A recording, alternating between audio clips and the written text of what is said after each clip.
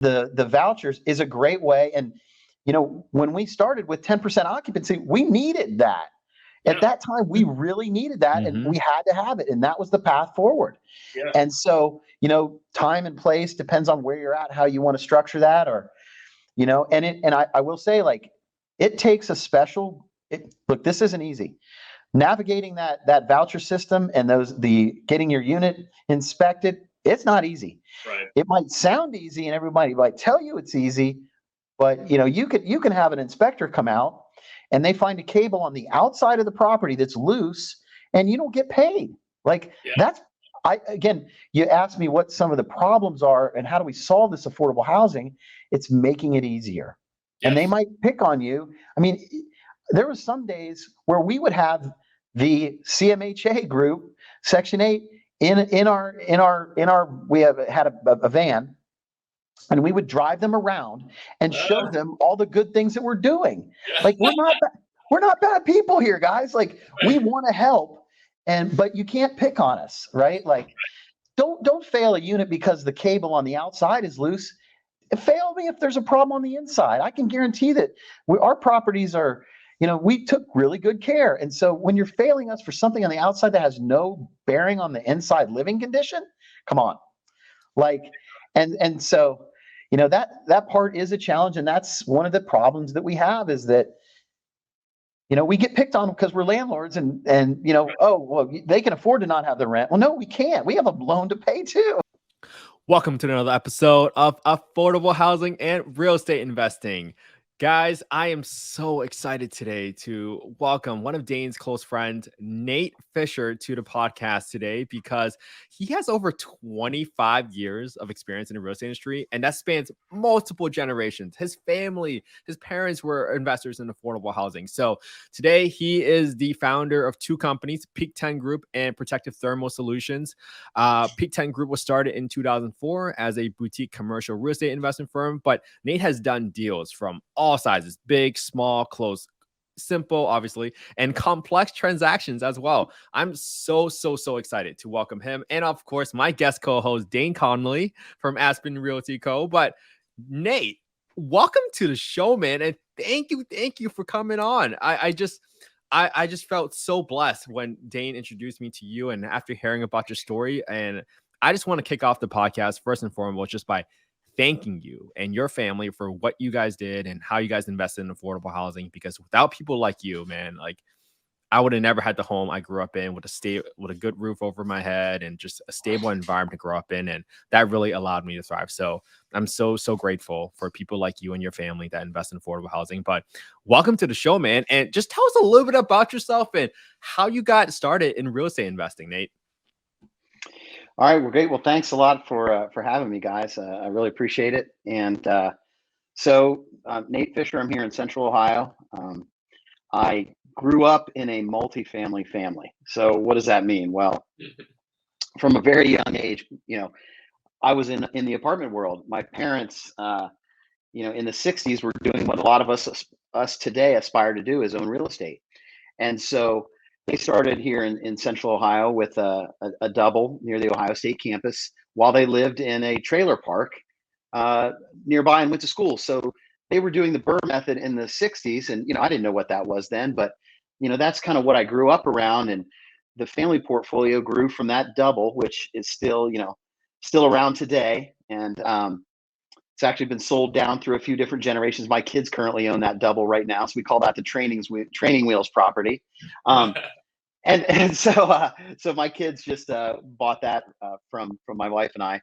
But my early childhood was spent driving around to apartments and looking at them, and probably what a lot of us do today on the way to a soccer game. We're like, hold on, son, hold on, daughter, we got to go look at this apartment complex. And so I was doing that when I was a little kid, and then that progressed to doing work orders with my dad and riding around in the maintenance truck, and then that progressed to being on the lawn crew. And as I got older, I worked on the roofing crew, and we did landscaping. So we were true owner operators, and that grew to about 900 units at that family portfolio here at the east of downtown Columbus, all scattered sites anywhere from the double to 200 unit complex. So I grew up around that, really doing a little bit of everything. And so always knew that I wanted to be in real estate, just didn't know exactly where I fit. And I'll speed through this and we can kind of come back to it. But got a degree from Ohio State through the business college in real estate. Probably the only guy that started knowing that he wanted to get a real estate degree. And I achieved that, got a real estate degree in the business college in real estate finance. And then ended up, my passion, hence the Peak 10 group, that's the Peak 10 in Breckenridge, Colorado. I love the mountains. I love to ski. And I said, I got to get my skiing and my real estate together. How am I going to do this? Ended up finding this company out of Canada who's doing ski resort base village development. So I went to work for them shortly after college, and we were doing mixed use in the late 90s. And so I got my first taste of development there, and we were building, for sale condo hotels with commercial on the ground floor, a plaza area and walking area, and then underground parking. And so that was the greatest job ever. I'm learning how to do development. I'm at a ski resort. My office is in a ski lodge. And, that was just the greatest thing ever. So worked there, met my wife in the ski industry. And then after 9/11, there wasn't a lot of travel and leisure work, and real estate kind of in a little bit of a recession there. I started up my own company. That's when Peak 10 sort of got its start. And then the Great Recession hit, and there was not a lot of work. So I did go back and start working for the family business, and ended up running the family business for about 10 years through 2018. And Peak 10 sort of sat dormant during that time, knowing that I would sort of get back to it at some point. But brought a lot of technology into the family business. My father and mother were running it, with a lot of paper. And so I really integrated a lot of technology into our multifamily business, which I think is very important, because you're seeing the wave of renters, this massive apartment boom we've had the past 10 years. I was getting the family ready for that. Okay, let's see. So let's see if I can make the audio a little bit better. Yeah, just a small crack a little there, but Nate, I'm loving the story, man. And maybe Dane, how did you meet Nate? Like, I'm really interested in like how you guys kind of cross paths there. Yeah, we were introduced by a friend and colleague, a physician in the area that I'm a physical therapist by trade, entrepreneur by nature, I always say. He introduced us. It was like a breakfast or a lunch meeting at a restaurant here in downtown Columbus where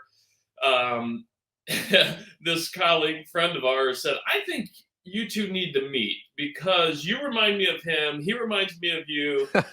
He knew my brother, Jared, and I were fairly new to multifamily real estate. And he said, hey, it never hurts to have mentors and people that you can bend their ear. And Jeremy just kept saying, I think I need to introduce you to. This is weird because we have the same mentality, same energy, same whatever. And so, yeah, we were introduced, I don't know, it's probably 3 years ago. And, since then, we've actually taken down a smaller deal, 6 unit in Newark, Ohio, east of Columbus here.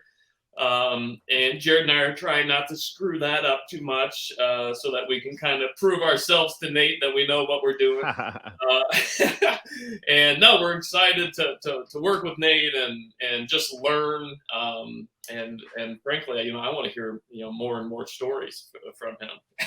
Oh my God, I know, and I think that I just wanted to highlight like how, even though this world is so big, this world can also be so small at the same time. And I just want the listeners to really pay attention to like Dane just start talking about what they're doing in affordable housing. So for the listeners out there, don't think like you're on this island all by yourself. If you start talking about what you're doing, who knows what you're going to stumble into. Right. Dane stumbled into Nate, and Nate has over 25 years of experience. Like that, you guys not think that's valuable? That's really, really valuable. You can't even place a price on it because someone has really went through like all those obstacles and went through all the problems and incurred all those mistakes so you can learn from them.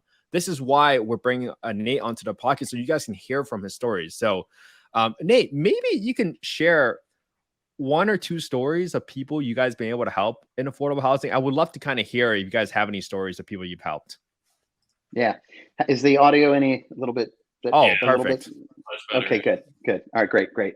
You know, I mean, I was thinking about this, and there's so many different people along the way. You know, I want to say there's just tons of characters that my family they really helped, and it could be, um, you know, some of the neighborhoods we were operating in were very, I'll call them affordable or very, you know, C-class properties, and there was always characters along the way. And probably some of the ones that stick out in my head are, you know, there's always guys. There was a lot of artisans in the neighborhoods, and one guy in particular was a photographer. Okay, and you know, and so, but he needed to work and he needed a place to live. And it seems like some of these buildings we buy, right? There's always the basement, right? The basement's scary as heck, right? And Yeah. then and there's always one unit in the basement with one window. You're like, man, I could get an extra couple bucks out of this thing. What do I do with it? Well, some of the guys, you know, we would, and the photographer gentleman, he ended up coming to work for us, cleaning the hallways, and we ended up housing him in these units. And you know, that unit was just fine for him, and the work was just fine for him, and it allowed him to do his craft of being a photographer. And we ended up actually purchasing his artwork from him. You know, my father ended up becoming this gentleman's guardian over the years. He had been in and around our family for 25 years, living in that lower level basement, and we would buy a lot of his artwork and display it around the office. And actually, like I said, my dad became his legal guardian because he just didn't have anybody. And so my dad cared for his affairs and make sure that his estate was in order and got him into a nursing home. And he just passed in the last year, which was unfortunate. But without, you know, my family or my father doing those kinds of things and working with people like that, you know, that was that. You know, there's a couple different stories like that, and we actually just had a gallery display, a celebration of life with all of his artwork at my parents' house. So you know, there's folks like that along the way. That's awesome. There's just a Yeah. another one that sort of sticks in there is there was a gentleman who would do murals in the neighborhood, and um, you know, we had a lot of dumpsters, okay, and he would do murals around the neighborhood on walls, and we said, you know what, if you want a place to paint, paint our dumpsters. So we actually had murals on the sides of our dumpsters that the local gentleman painted. You know, that was our way of supporting him, and we would pay him to do that. So, you know, there's just stories like that all throughout the family. You know, I can go into some other that when we get into some of the help agencies and groups like that, but there's just always characters like that around that would work for us in the day, maybe do their craft at night, or we would give them, you know, an affordable place to live and just help them. You know, sometimes we become their their financial advisors just because, you know, they don't have the wherewithal, but you know, that's what you have to do in this business is to really work with people. And so there's just a number of folks like that And there's, around. and there's so many ways where you can make it kind of a win-win opportunity like that. We've done smaller things where, you know, a lot of times it's trash pickup around the neighborhood and you reduce their rent or whatnot. So that's awesome. You gave me a little glimpse into a couple other stories, and I'm just going to give you an intro here, and I'm just going to sit down with my mouth wide open. So, crack sold here and 10% occupancy. So tell us about those stories, and you know what types of issues that brought, and if you guys as a family learned anything there, or again, I always say scar tissue, like how bad was that? How tough was that? And was it good crack? Or I don't know what to say. I can't speak on that. You know, can I let me cue up the picture of the sign that you guys Yeah. are referring to. Yeah, Hold let's on a do it. So second. for the listeners that might be listening to this in the car, you can definitely check this interview out on YouTube and actually try to figure out like, hey, what is it that Nate is showing? We'll do our best to describe it over audio, but you definitely want to check this interview out on YouTube so you can see some of these real life photos of Nate's family's investment journey in the past. Okay, let me share this here. Okay, there you go. So down here, this is a 200 unit complex that we bought in 1989 from a doctor, and I can talk a little bit about that at some point too. But literally, 10% occupied, 200 units.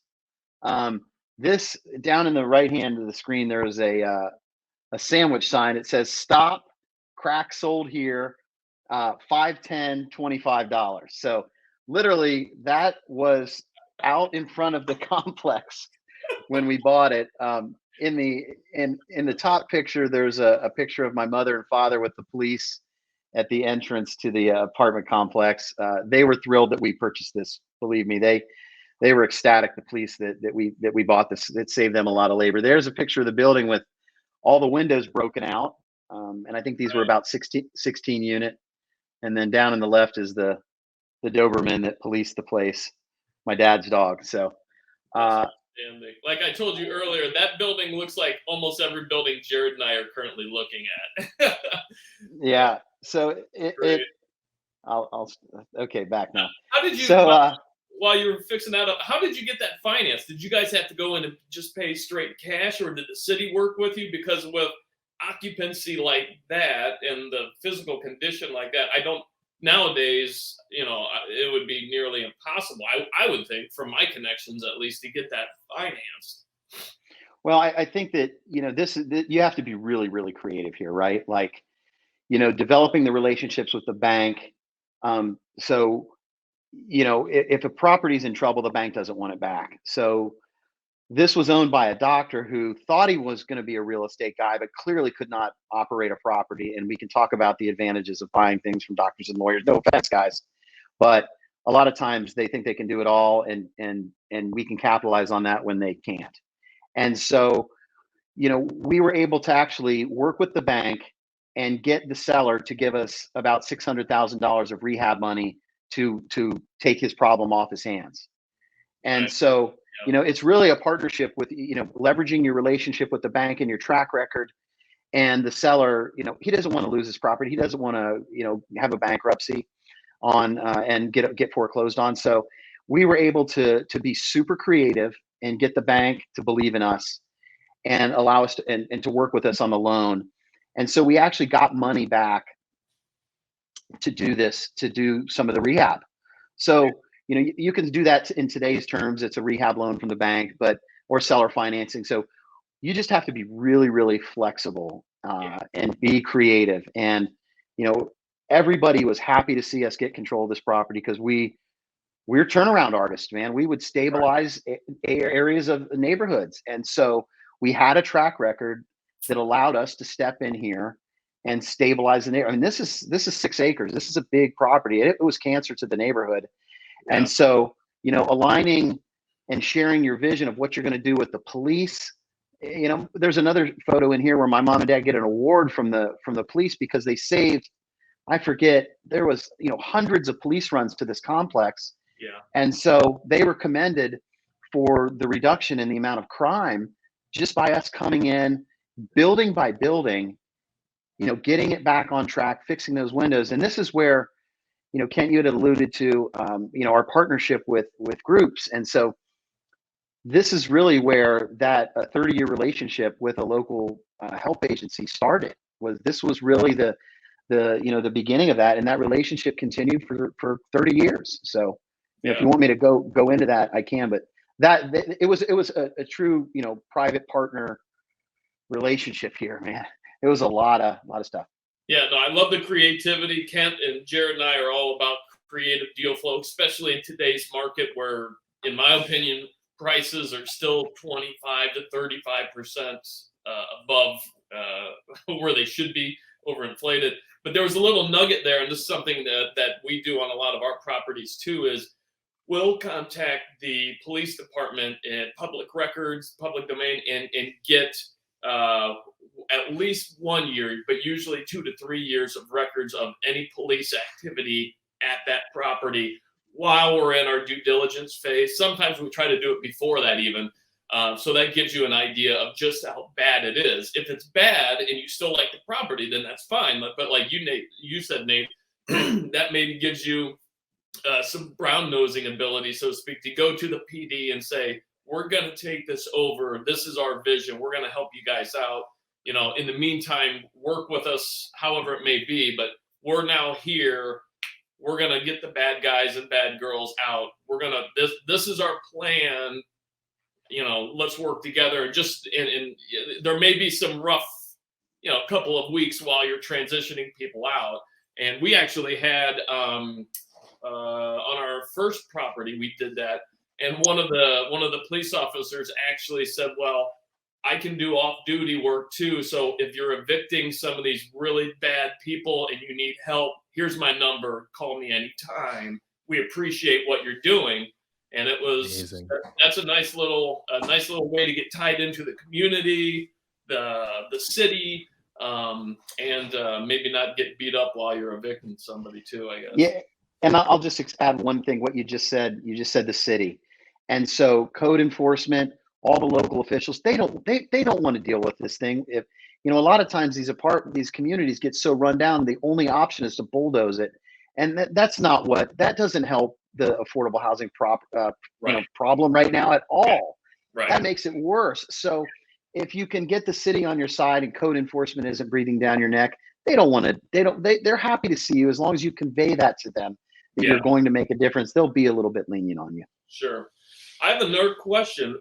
Based on the long history that you and your family have had in multifamily real estate, affordable housing, what has been the biggest, and I know it's a loaded question, but has there been one biggest obstacle that you've had to overcome, or the biggest issue, biggest challenge or challenges, one or two things that, especially early on? So I'm thinking selfishly for myself and Jared, like, we're in it. You and I were joking the other day, like, man, I think Jared and I have paid each other like $2,000 in 3 years. We're in it, we're reinvesting, we're grinding. And Nate, you made me feel so good the other night. You said, hey brother, like, this is hard. People don't realize how damn hard this is.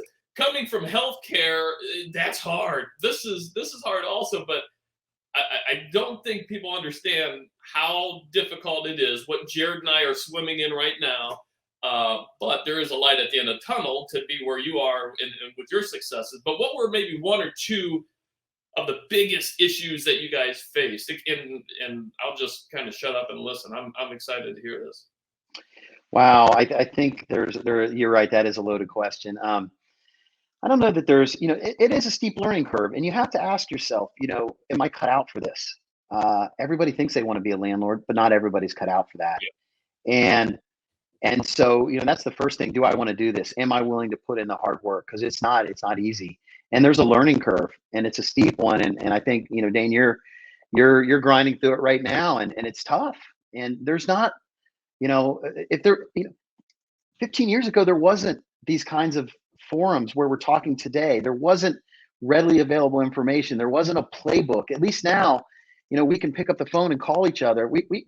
It just, in my dad's days, the rent man, it was like foghorn leghorn. Everybody beat each other up all day long. They didn't collaborate or have as many discussions like you and I are having today. So that learning curve is steep. And thank goodness today we can collaborate and talk, and we can share war stories. We're not trying to fight each other all day long, because it was every man for himself, for a long time. And so that learning curve is steep, and that learning curve can be, hey, if I'm going to take vouchers, or I want to work with the government and use these vouchers, it's tough, man. They don't make that easy, and it's a lot of learning, and so some of the bureaucracy, and I see that as an impediment to solving the affordable housing, is it needs to be easier for us to be housing providers and be in partnership with the housing, whoever's administrating the vouchers. Yeah. That's probably the biggest hurdle, is just that, we're just like everybody else here, man. We're grinding. We put on our pants every morning, but it's not easy. It is a long road, and it's managing your liquidity to get the next loan, and don't outlay too much capital on this one project, because you can get upside down. And then at the same time, you're trying to time market conditions. What type of debt do I put on? What can I do here? What does the property need? Like, I thrive on that strategy. I love that, but it's not for everybody. And you're right. It is a long, long grind, but I'll call it a hockey stick. You stick after it, and you keep learning. and eventually you get it, and it goes up. And I'm on that hockey stick up right now, but it was a long time. Yeah, yeah. No, that's so well said. Yeah, that's so well said. Is there one nugget that you would give to people just getting started right now, knowing that it's a grind, that it's maybe a marathon?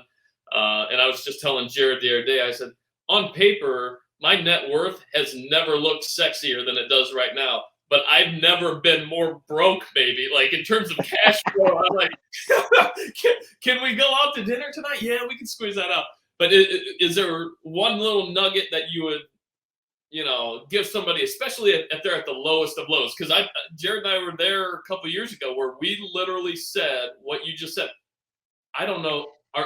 Do you think we should be doing this? And this is from a doctor and a healthcare professional with 2 master's degrees and an entrepreneur. Like, and we were shook. There was one point, and Kent and I talked about this weeks ago. There was one point where we just thought, all right, maybe we just get rid of this and go into something else. So yeah, I think don't be afraid. You don't know what you don't know, and don't be afraid to ask. Right? Like, don't try to do it all yourself. You don't have to be a master of everything.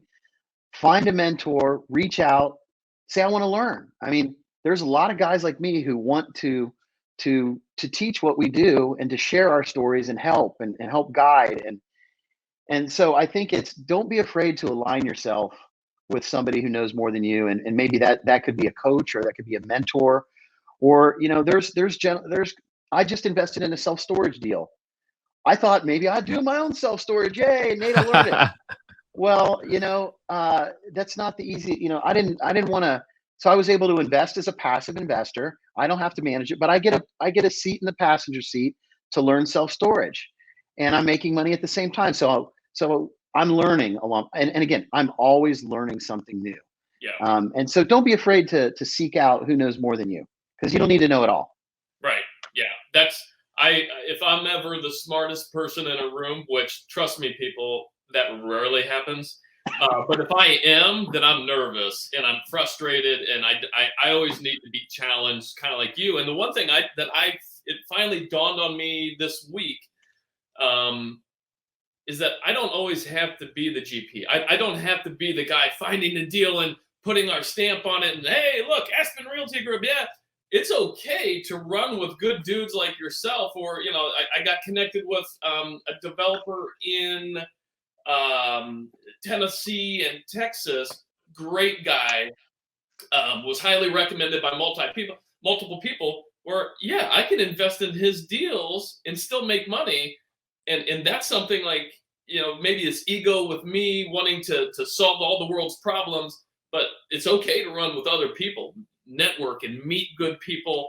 And as I always say, almost on every podcast, is life's too short to live and work with butt heads. Like, I want to sprint, and I want to affect a lot of people's lives, but with good people, because life's too short for the art. And let me emphasize this point for folks, right? I told Dane and Jared this myself. I was like, when Dane and Jared just came onto the podcast, I literally texted Jared or Dane. I was like, hey, dude, I feel like my family's, like, my life dreams are coming true because I met people like you guys. And because people in real estate are generally so open. I have never met anyone, like, especially in affordable housing, that have true success, that have, done everything right and have enjoyed tremendous success, not be willing to kind of pay it forward, because we just have an abundance mindset where we're just like, hey, let's just help as many people as we can, and maybe it'll all come back, but there's no expectation of that return. Like, you're just giving, and you're giving it because you're trying to pay it forward.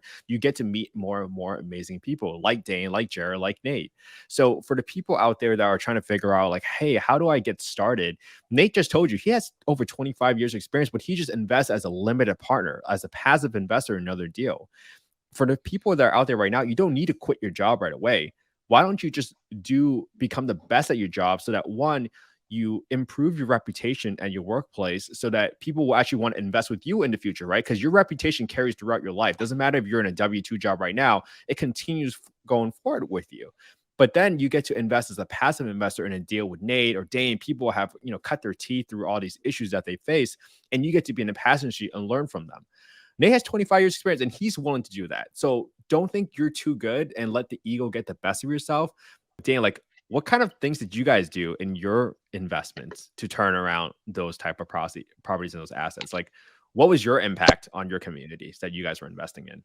Yeah, the cool thing, I keep going back to our first deal. That to me, it didn't have crack sold here on the front door. But as I've said before, there was feces floating in the basement. There was black mold all over everything. Well, after we got the property stabilized, we started on the inside, making sure they were structurally sound. We even went as far as obviously new roofs. We relined the sewers. And then on the interiors, we updated them, got rid of the mold, and made them nice and clean and dry and safe. And then on the exteriors, our second phase was, because it's Ohio and it snows here sometimes, California jerk. The second phase was in the springtime. We painted the exteriors and then repaved the driveways. And it got to the point where when you turned off of the main street onto our secondary street, those properties, those 10 townhomes popped. They really popped. And then before you knew it, the apartment complex caddy corner was reaching out to me. Hey, how did you guys do this? What do you want to be involved here? That didn't work out. But then they started bringing that really rundown apartment complex up to speed. And the cool thing that I always say is, it helped the community, yeah, but the 20 families that were living in these 10 townhomes that Jared and I had bought, that first Christmas sent us, I still have them here somewhere in my office. They sent us Christmas cards saying, thank you for taking care of us. And the one was, it was a Somali family. And she did not speak much English, but she somehow figured out how to write in English this beautiful card. And it was the property that had the feces in the basement. Her kids were always sick. Go figure. Black mold, feces floating around. And she basically said, my kids are never sick anymore. And it's because of you. Thank you so much. And that was the lady who then invited her sister and then her mom, and so they ended up taking over, I think, 2 or 3 of the townhomes. So that's just kind of my little neat part. Cool. Yeah. I switched to a new speaker. Let me know if that's any better. Can you guys hear me? Oh yeah, no crackle. No crackle. Okay, you're great. Great. I switched to the backup. So I'll parlay on what Dane just said. Coming in with landscaping and making the curb appeal, it just brings everybody up in the neighborhood, and everyone's looking at how great your property looks, and then they want to invest in their property. And the other guy is, he starts landscaping his or her across the way, and it just sort of builds up, and people feel better about where they live, not coming home to a shithole. And so that's the first thing we do, is come in and make sure that the property looks good, the parking lot looks good, the landscaping is impeccable. And we probably spend too much money on the landscaping, but that was really, that's really one of the first things we would do to a property, and that just sort of lifts the neighborhood up. And that starts the stabilization and the reinvestment in the neighborhood. And after a little while, you've stabilized a whole block and a whole couple blocks. Yeah. And then the single family homeowners start going, well, wow, this is a nice area. I want to buy here. And so then they start buying homes, and it just really lifts everybody up in the neighborhood. And that's that pride of ownership that you get, whether you're a multifamily owner, affordable housing owner, or a single family home owner, or a renter, right? Like, you feel good about where you live. And a lot of times, we just try to be, if you think about a person's life, their rent is their biggest payment. And if you can give them a safe, affordable place to live, you've just taken a lot of worry out of their life, and their life becomes more stable. So trying to be the most stable force in their life is what we try to do as affordable housing landlords. And they're, they might have a crazy boyfriend or a crazy whatever going on, or, but if they have a safe place to be, then that's what we try to be. Ken, what was the rest of the question? I kind of got sidetracked there.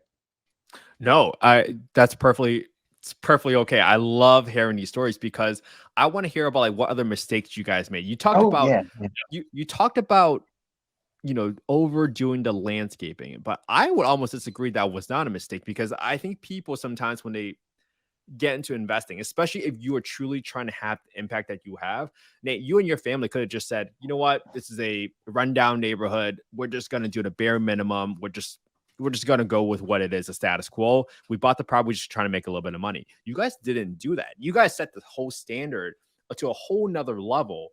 And I think sometimes people need to challenge themselves, like, hey, am I just trying to be a follower here, or am I trying to be a leader? Because it does take a little, you got to be a little crazy to take on these risks sometimes.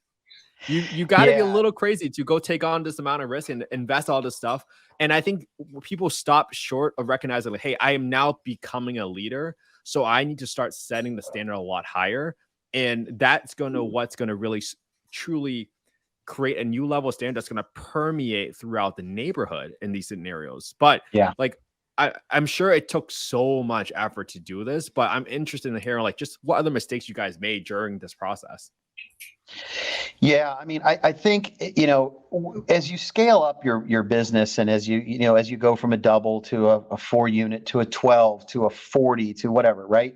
You've got to add more staff. And where I think we made some mistakes along the way is when I got back into the family business, I had left for a while, and my mother and father had done really well. Okay. They'd made a lot of money, and they sort of lost their, I wouldn't say lost their focus. They just sort of took their eye off the ball a little bit. And when you're in this space, you've got to keep your eye on the ball. And that means, your staff. And really what I found is that and as you get multiple properties, and your staff, we were doing at one point, when I got back in the business, we were doing 15 evictions a month. That's crazy talk. Wow. And when I really analyzed, we had lost the focus in the business about doing your due diligence on each and every individual resident. And so, you've got to do the proper screening. Spend your time on screening the people and making sure they're the right people. Because if you're not putting in the right people, and then sometimes you really have to watch your staff, because while you might be the owner, it's very easy for your team to become tenant advocates. And they want to, look, we all want to help people, right? But some of these stories tug on your heartstrings, and you want to help them out. And so you give a little bit of a break somewhere. And then, I remember looking at the portfolio, and we had this 12-unit building, and it was the most affordable property in the whole portfolio.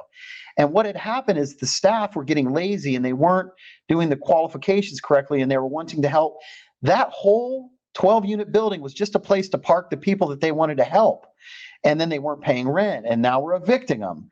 And it just was this vicious cycle that if you're not doing your homework on the residents you're putting in, then you're having to evict them. So that was a big mistake, is we let that get out of hand. We maybe tried to help too much, and we didn't stick to our strategy of qualifying people the right way. And so that turned into another job. Okay, well, then we had to have a person who handled evictions, and then we had to have a person who helped with set outs. And then it just became this cycle that wasn't good for anybody. Nobody wants to, we don't want to evict people. So why are we having this repetitive 15 evictions every month? That's not good. So that was a big, big mistake we made. And so I really cleaned that up, and we got it down to one eviction for 900 units when I stopped running the family's portfolio and moved into my new company. So that's if you just look at your whole process from the start to finish, what's happening at the end? Let me go back to the beginning and see. And stick to your guns and stick to your qualifications. And that was a big mistake we made. Sure. And that's amazing.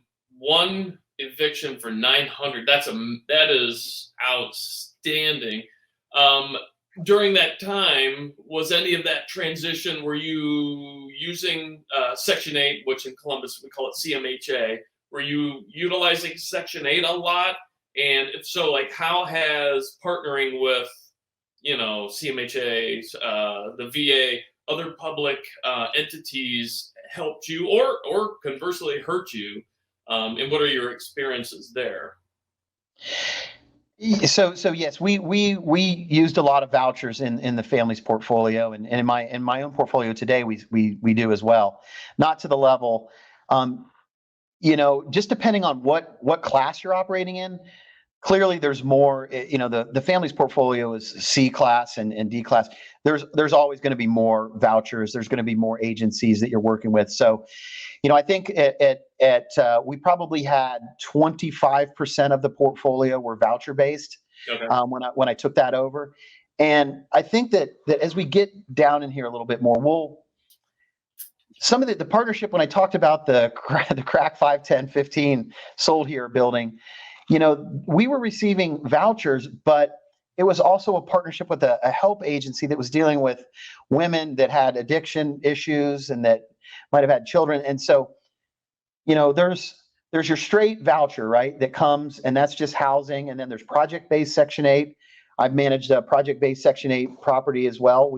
We had, 95 units in that 102 that were project-based. But, there's different types of vouchers, and I do want to get into the Amethyst, which is a local group, the 30-year relationship we had, and that is women that had addiction issues, and they needed housing, and so you have a help agency that has a treatment component to it, but they also need the housing component. Well, the local housing authority has a real, and over time this has gotten worse, right? Like, they really only want to give the housing vouchers to people that are homeless, right? But you have this group of people that are really, really in need, that need housing, that are one step away from homeless. And so there's this challenge of the funding of the group Amethyst.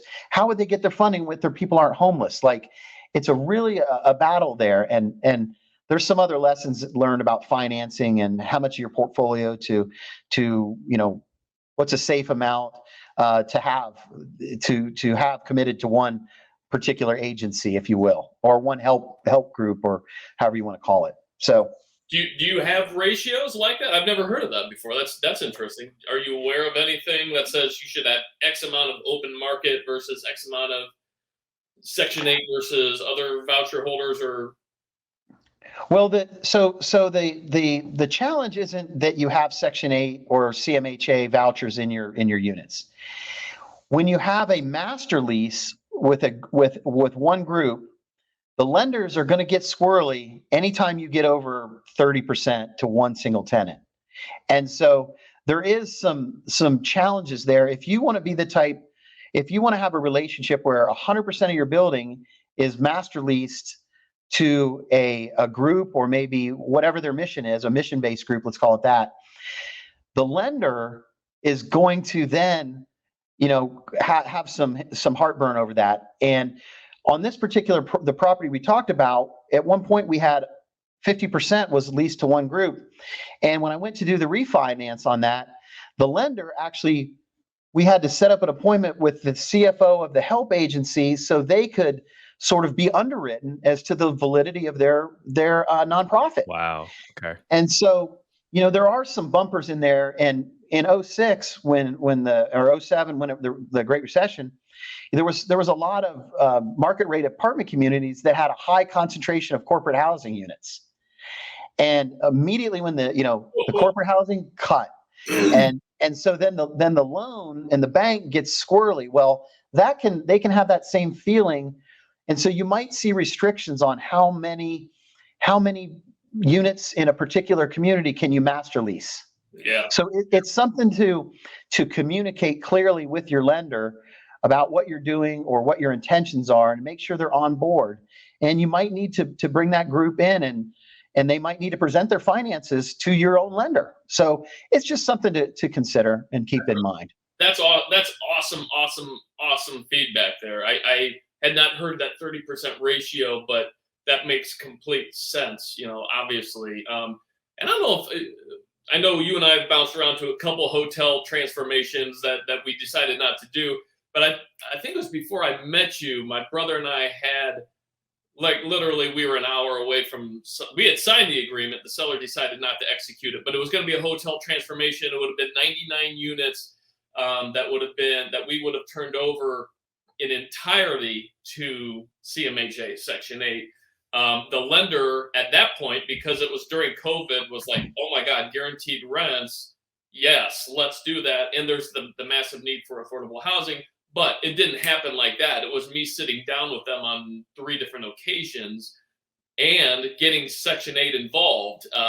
They sat in on a couple of the phone calls or Zoom calls, but then they actually wrote what they called a participation letter saying, we want all 99 units. We're going to guarantee this clip. And by the way, we have 60,000 vouchers that need apartments. So the lender heard that and he goes, well, this is a no-brainer. I looked at him, I go, for you and me both, yes, So that's just a little caveat, just maybe reverse engineering it in a time where there was that need. But yeah, that's really really good feedback. I love that. Well, again, it's we want to do good and we all want to help. And so, if I think you just have to be cautious a little bit if you have a community that you want to do 100% to one nonprofit, you just have to vet that nonprofit and make sure they have the finances and know that it's always depending on how they're structured. You got to do your due diligence on that group as well. Right. And so you just need to be eyes wide open and know what you're getting into if that's the route you want to go. Yep. To your point, the vouchers is a great way. And when we started with 10% occupancy, we needed that. At that time, we really needed that, and we had to have it, and that was the path forward. Yeah. And so, time and place depends on where you're at, how you want to structure that, or, and I will say, like, it takes a special. Look, this isn't easy. Navigating that voucher system and getting your unit inspected, it's not easy. Right. It might sound easy, and everybody might tell you it's easy. But you can have an inspector come out and they find a cable on the outside of the property that's loose and you don't get paid. Like you asked me what some of the problems are and how do we solve this affordable housing? It's making it easier. Yes. And they might pick on you. I mean, there were some days where we would have the CMHA group, Section 8, in our we had a van. And we would drive them around and show them all the good things that we're doing. Like, we're not bad people here, guys. Like, we want to help, but you can't pick on us, right? Like, don't fail a unit because the cable on the outside is loose. Fail me if there's a problem on the inside. I can guarantee that our properties are, we took really good care. And so when you're failing us for something on the outside that has no bearing on the inside living condition, come on. Like, and so, that part is a challenge. And that's one of the problems that we have is that, we get picked on because we're landlords and, oh, well, they can afford to not have the rent. Well, no, we can't. We have a loan to pay too. Right. Yeah. No, we had in our first 20 units, we had CMHA come out the first time and they failed us. The major thing was one of the outlets was upside down. And I'm like, come on. Dane, hey, Dane, that's a pro tip. Don't share all the pro tips here. You left that loose on purpose so they can find that. Oh, I'll fix that right here. That'll be our subscription service. $20 a month for pro tips. But no, I get it. But I don't know. Did you find that after a while of proving that you're not a slumlord? Because I get it from their side too. Like the crap that they have to deal with, especially the previous landlord that owned our first 20 units. All that inspector knew was this property, and I'm coming for you. Yeah. And once he left before I got on site. Our property manager was there trying to help.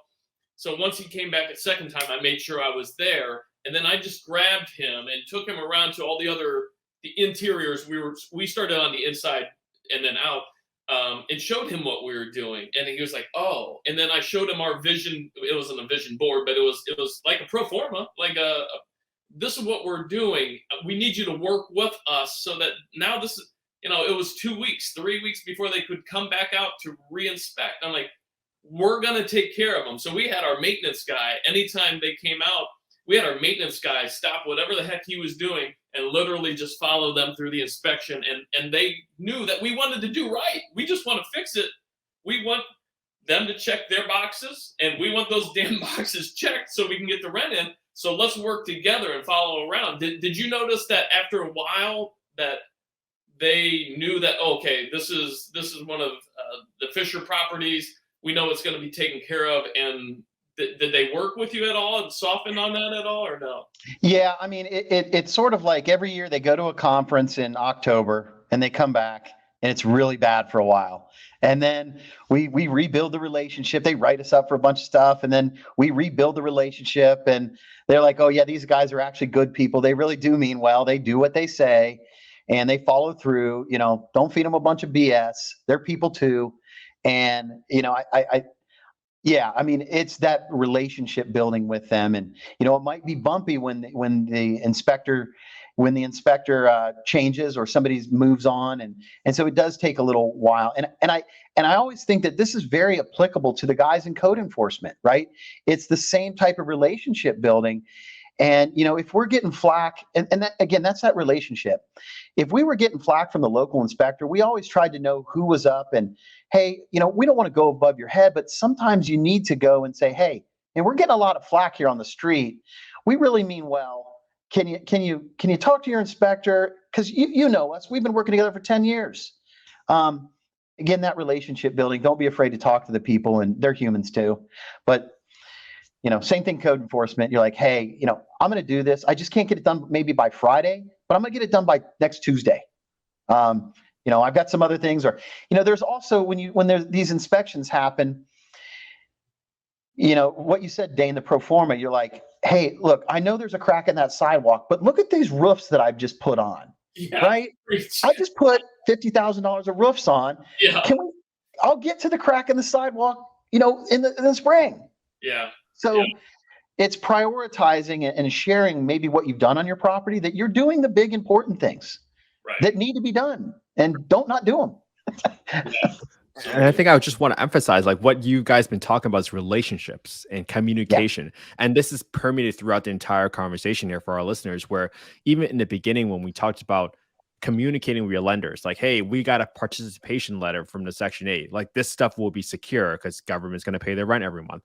But you also have to communicate with your lenders, meaning, hey, 30% of our rents or 50% of our rents might actually come from this one master lease with this organization.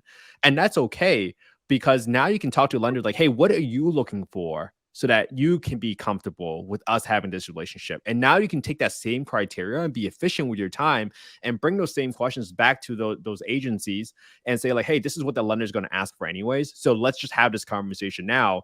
And you can save so much more time by vetting them in advance. And then when you go to closing or talk to the lender, you already have all these documents and all the questions or the issues or the concerns already answered. And now you go into educating the relationship with the housing authorities that you guys are mentioning, or building those relationships with inspectors. Like, sometimes people just need to ask an extra question. Like, don't just stop short at the entry level folks where you're like, hey, all right, cracking the sidewalk, like, yeah, fail me. Like, you can ask one extra question and show your case, like how Dane brought the inspection and show, like, hey, this is what we're working on. And Nate gets to demonstrate the track history of what they've been to do for the communities. Like, all of these things are just supporting details to show that you are who you say you are. When it's not just a relationship, you guys all delivered on exactly what you told them. Well, and that's the thing. Two things. Yeah, you have to deliver. And not that any of our listeners wouldn't have their heart in affordable housing, because if it's not, then why the hell are they listening to this podcast? But if your heart is not truly in doing right and helping your tenants and providing dignity and clean, safe, affordable housing, don't talk to Section 8. They're going to smell through your BS a mile away. They are not going to work with you. They are the best poker player. I used to play competitive Texas Hold'em. Everybody at Section 8 that I met was looking me in the eyes, and they can smell BS a mile away. So if your heart's not in it, man, you need to move on for sure. Well, Nate, you hit one on a few items. I No, definitely want go to ahead. ask you, like, what else? Why do you think affordable housing is so hard to solve for? You mentioned a few items already, but why do you think the supply of affordable housing is so hard to solve for? Because if anything has changed, right? Like when I was living in affordable housing, it was a 7-year wait list. Here in San Diego, where I live, it's like 12 to 15 years now. Why is it so hard? And do you think like there are like 1 or 2 priorities that you recommend for like this generation to kind of focus on so that maybe we'll just give and prepare the next generation with more tools and knowledge so that they can continue solving this problem? Yeah, I think the great questions, and at the highest level, it's a supply and demand issue. We don't have enough supply, and there's a number of reasons why that is. And so if we can solve the supply, I think the National Apartment Association came out with a study last year. We're in the US, we're 4.5 million units under. I mean, we have to build more. It's crazy. That's our problem. Really at the top level, it's supply. And so how do we get more supply? Well, we have to make it easier.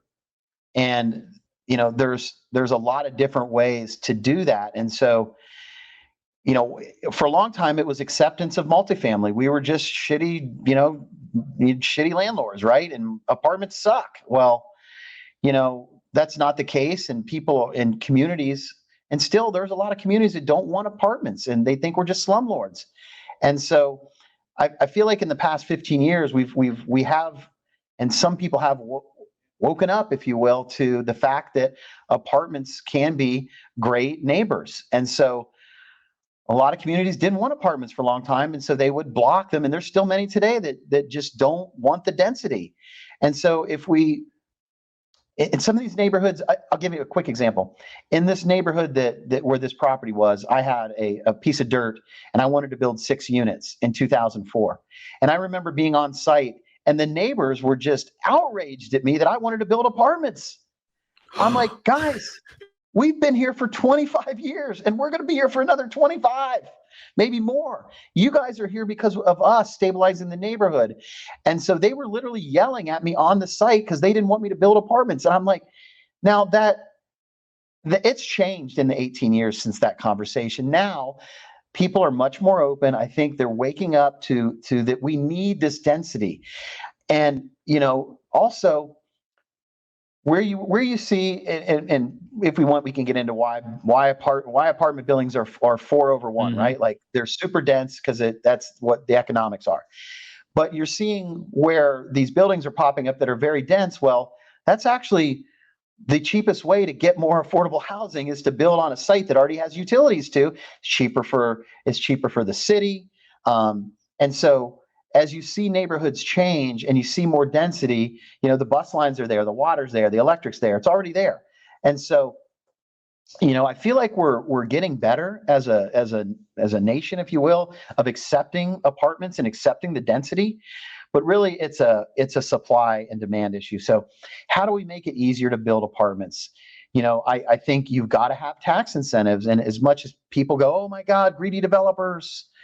Well, there are some areas of town that you'd have to pay me to go there because it's bad. And even the tax incentives won't get me to go there. I don't know how to solve that problem, but you need those incentives to get developers. The deals just don't pencil.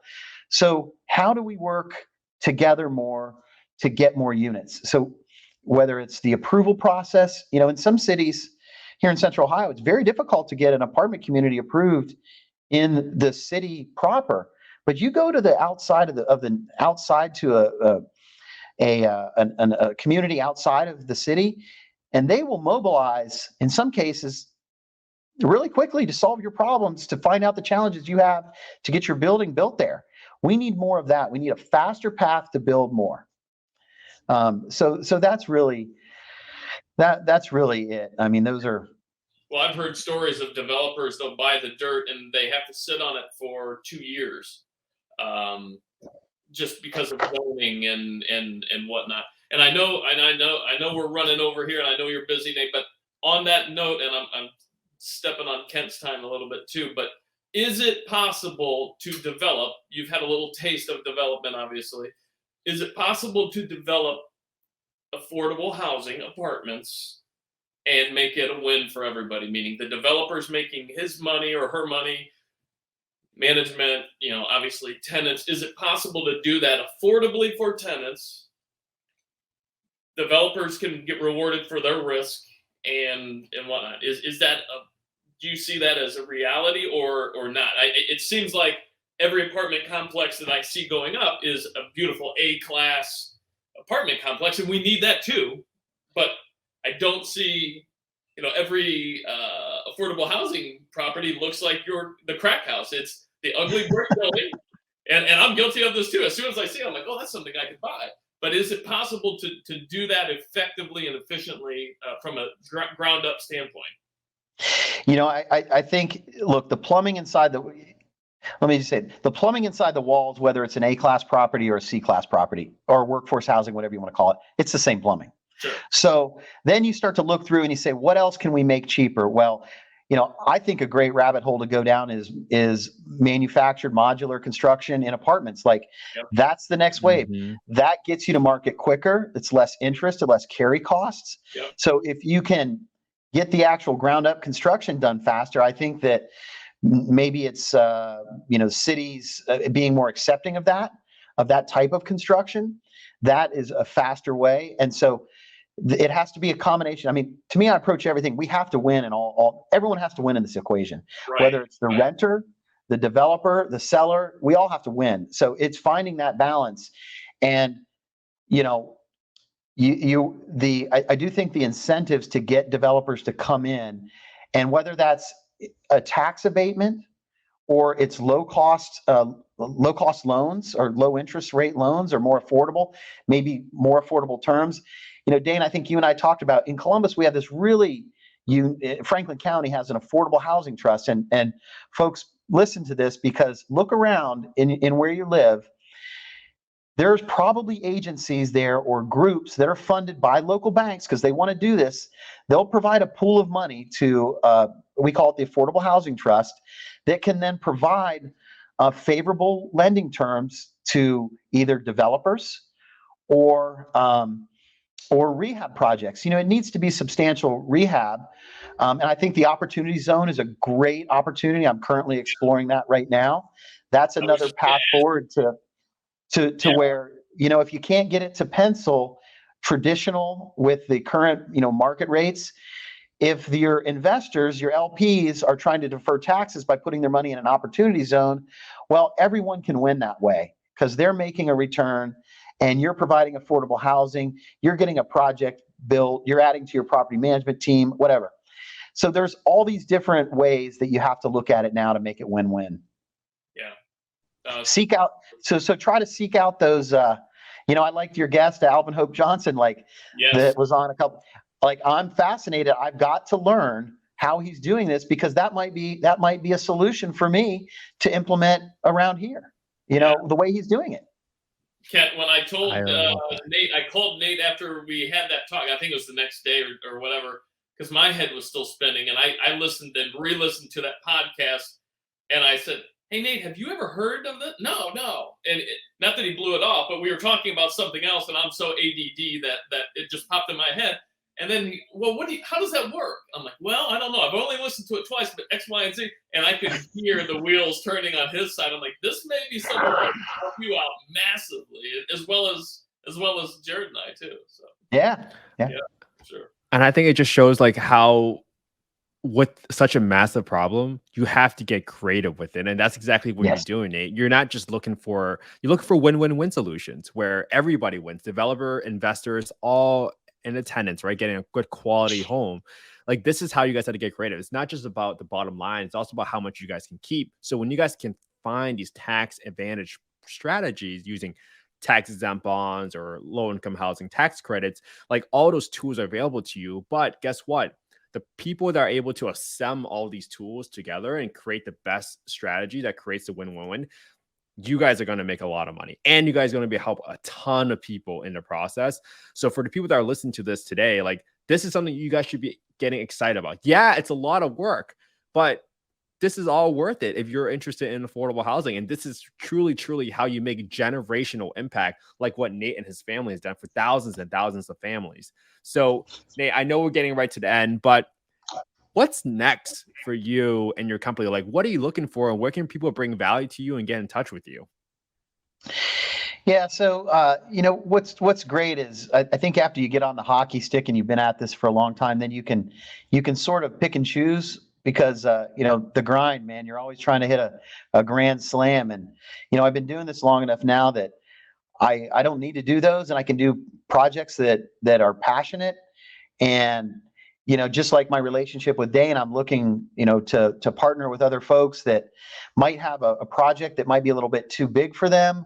They might need some help on the strategy. Maybe they need a person that has a nice balance sheet to guarantee a loan, or they're just not sure how to go about it. So, it's really those partnerships that I'm looking for to, I'm currently like learning how to develop and build new, like that's a passion of mine. So doing more development and looking to do more of that stuff, but still like the cash flowing multifamily deals. So I think it's just those strategic relationships with the right operators, and maybe a project, they have something, a line on a piece of land, or something's too big. They're just not sure. I can solve those complex problems. I've done very large financing with agencies, banks, so I can do a lot of different things. And so really just looking for strategic relationships. You can go to my website, Peak 10 Group, that's PEAK10 group.com, or natefisher.net. That's my personal. And so all my contacts information is there. So that's how to sort of get in touch with me. Oh, Nate, like we're just so happy that you came onto this podcast to share your stories, man. Like these are all real mistakes and problems that, just you sharing about how you guys short out your process, going from 15 evictions to like one, like in a massive ratio difference. Like that is incredible. And people need to really heed that advice and implement into your system. So you guys can scale properly. And in that grand scheme of things, by scaling properly, you get to help way more people by learning from mistakes that, Dane and Nate has already encountered in their investing careers. But Nate, I think we need to get your parents back on this podcast actually and share their stories, because I'm sure they're full of stories, and I can't wait. I think it's incredible what your family has done, and seriously, thank you and your family for all you guys do. And Dane, thank you for bringing Nate onto the show. This has been incredible. Like this episode has been filled with so much value that I'm definitely going to re-listen to this a couple of times too. And hopefully the listeners that listen to this can reach out to you. They can provide you with some deal flow, or provide you with some strategic investment opportunities that will continue to, cater to your passion. So I think this has been fun. But Nate, thank you again for coming on to the show. We really appreciate it. Thank you, guys. I really enjoyed it. And like I said at the beginning, you really made me dig back in and relive some of those great experiences that I had as a child with my family. So thank you. I really appreciate it, guys. It's been great. Next time we have you on, I'll wear a cowboy hat like your old man used to. I've got two pit bulls. I'll put them on the chairs next to me, and I'll have a cowboy hat on. How's that? Yeah. All right. Thank you, guys. This has been fun. I love it. All right, great.